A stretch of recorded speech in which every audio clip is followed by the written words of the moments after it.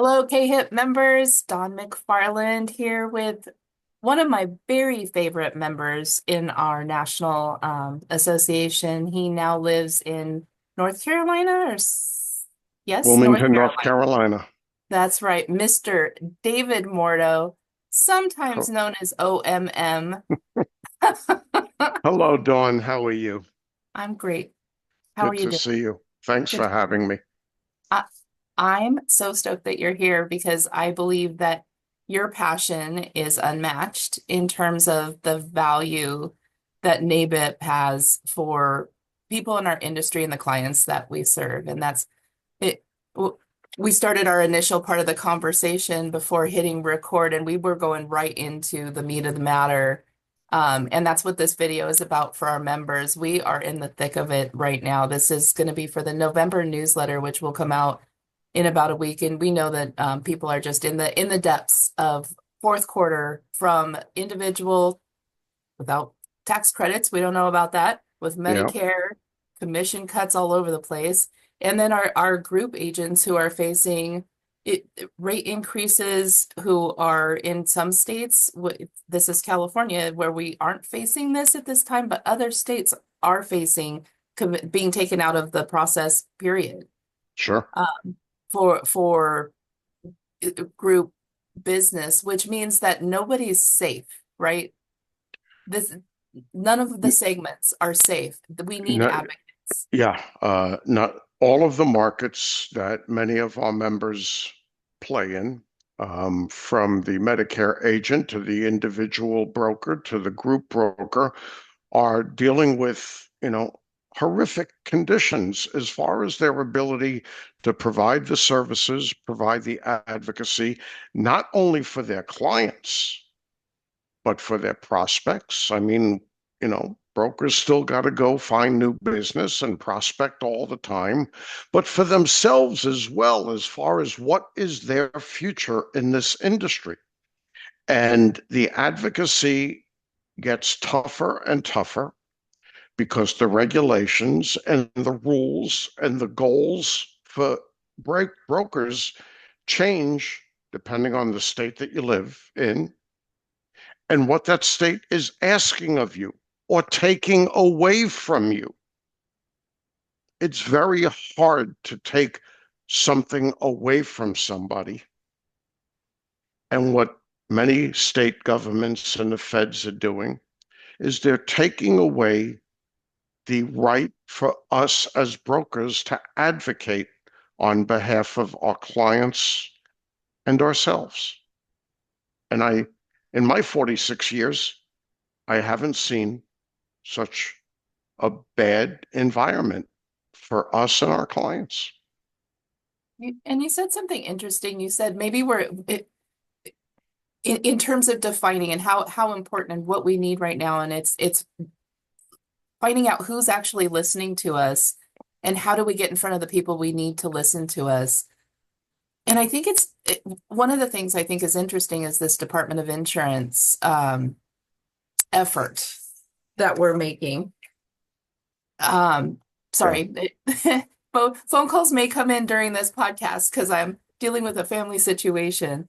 But I think that maybe that's it's a voice that we have or a ear we haven't tried to talk to. Yeah. Indications show that this is rather successful between a couple of states. I believe Idaho is one. I believe Delaware is another. I wrote to the insurance commissioner in New Jersey and North Carolina, and this is pure advocacy. This is us performing our civic duty, not only as constituents, but as members of an industry looking to protect our clients. So this is wildly successful.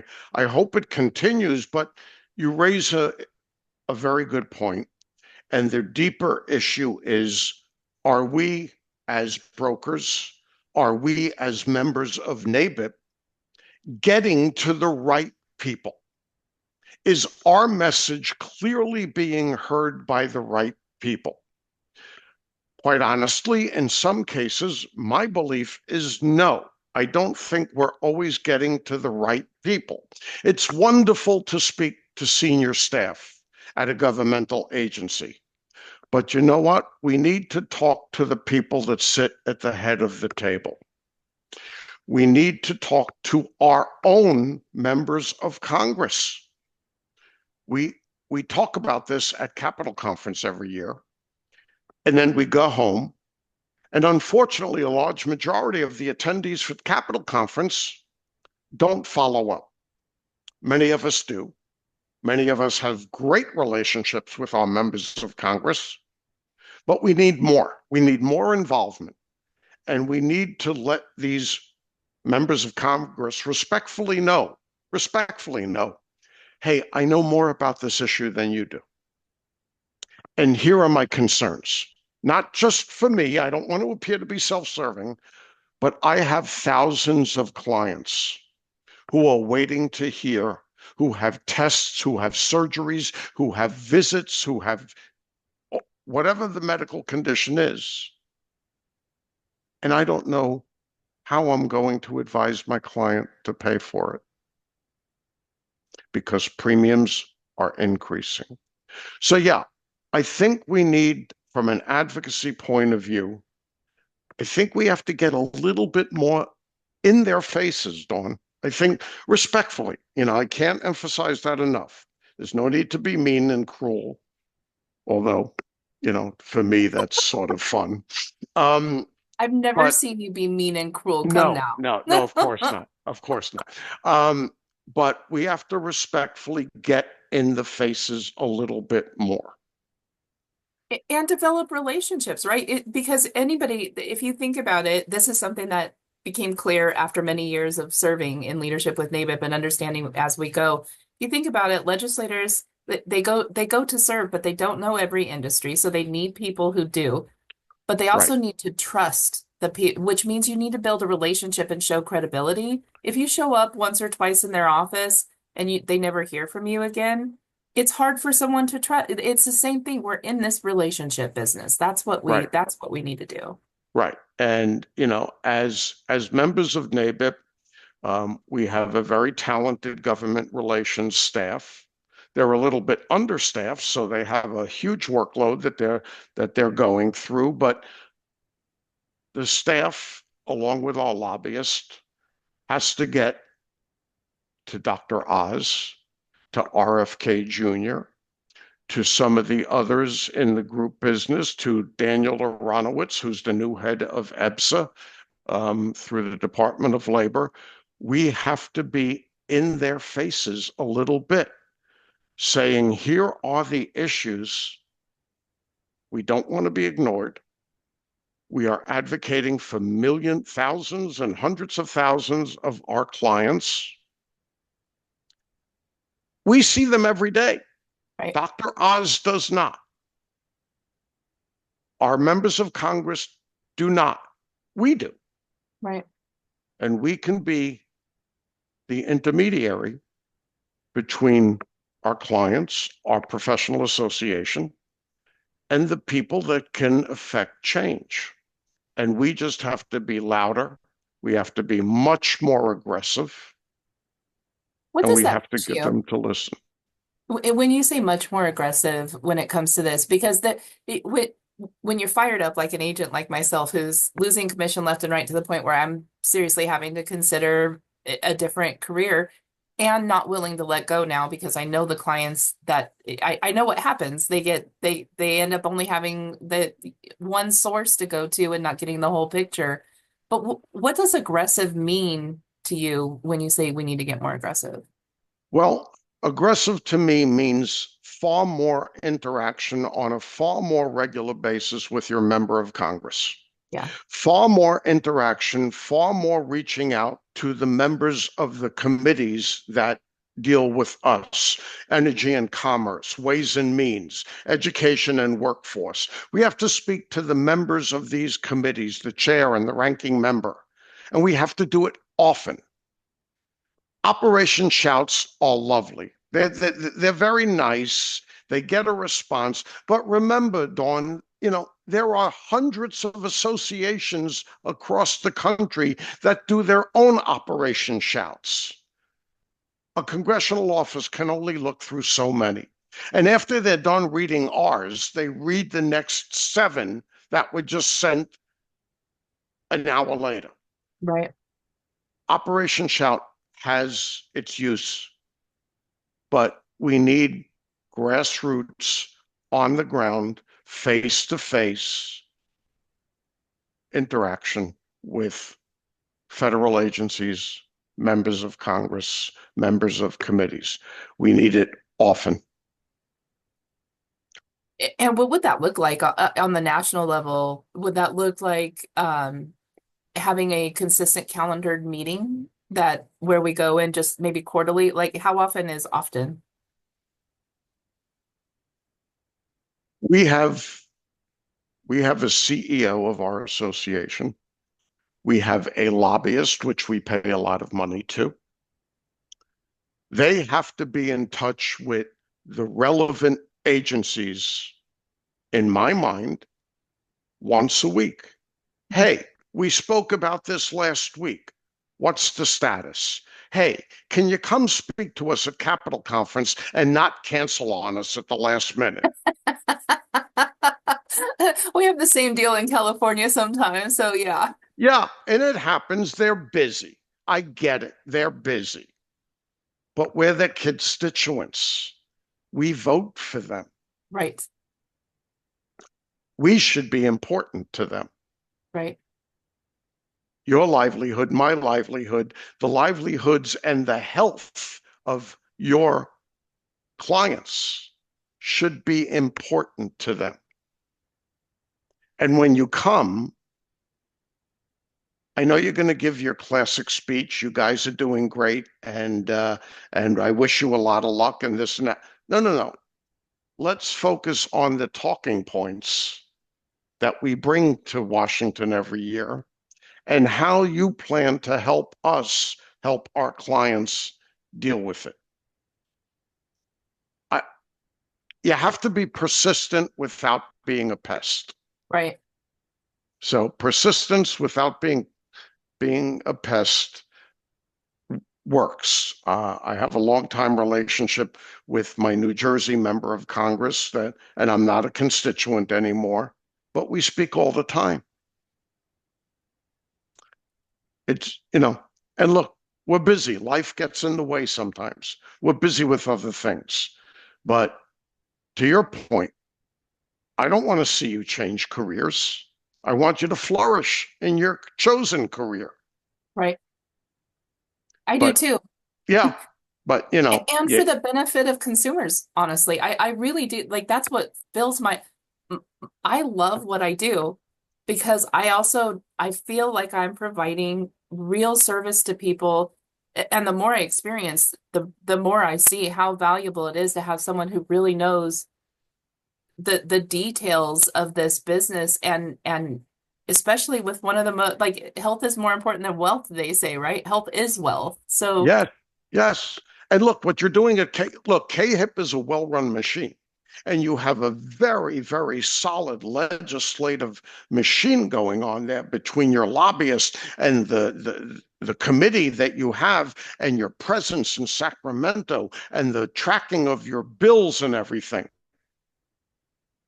You do it right. There are a lot of states that do it right. Unfortunately, there are other states where, either the membership is sparse and they don't have the right. interaction, and they can't run all over the state going to meetings or meeting with a commissioner or the governor or the head of the Department of Insurance.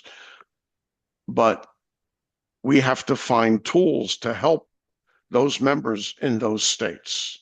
And, we just have to do a better job of respectfully getting in people's faces, That's a right? perfect call out at the end of this for the advocacy that we do. It we need volunteers.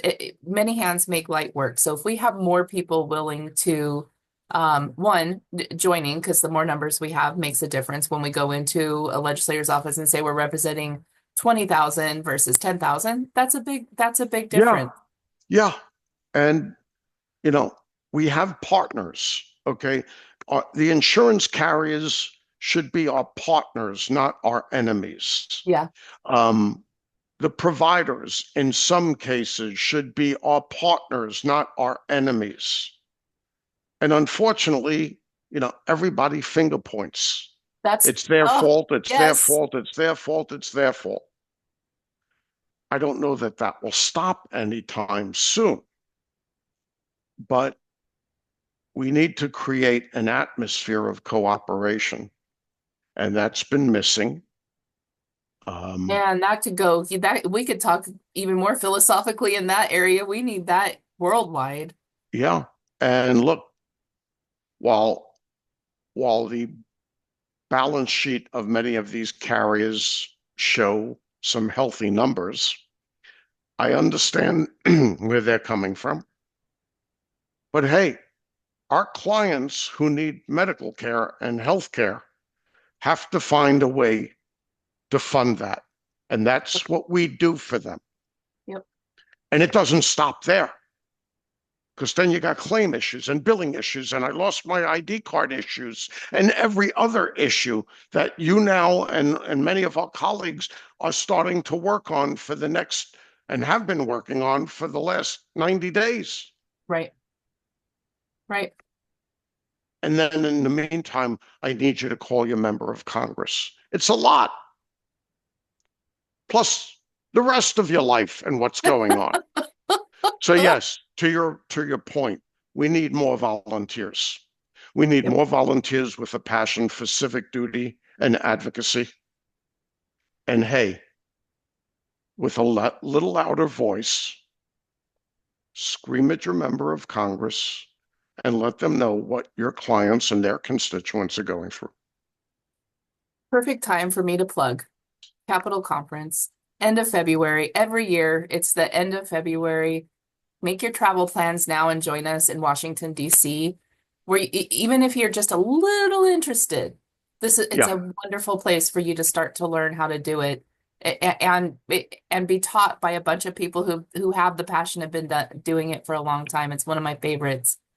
So at nabip.org, you can register and get all of the details about where that's at. yeah, Also want to plug, as always, our Innovate Expo is coming up February 11th in San Diego. Be sure to put that on your calendar. We're excited to continue to bring tools and resources for all segments. The group brokers will have options in there. There's some new technologies out there. Medicare agents will have exhibitors showing tools and resources.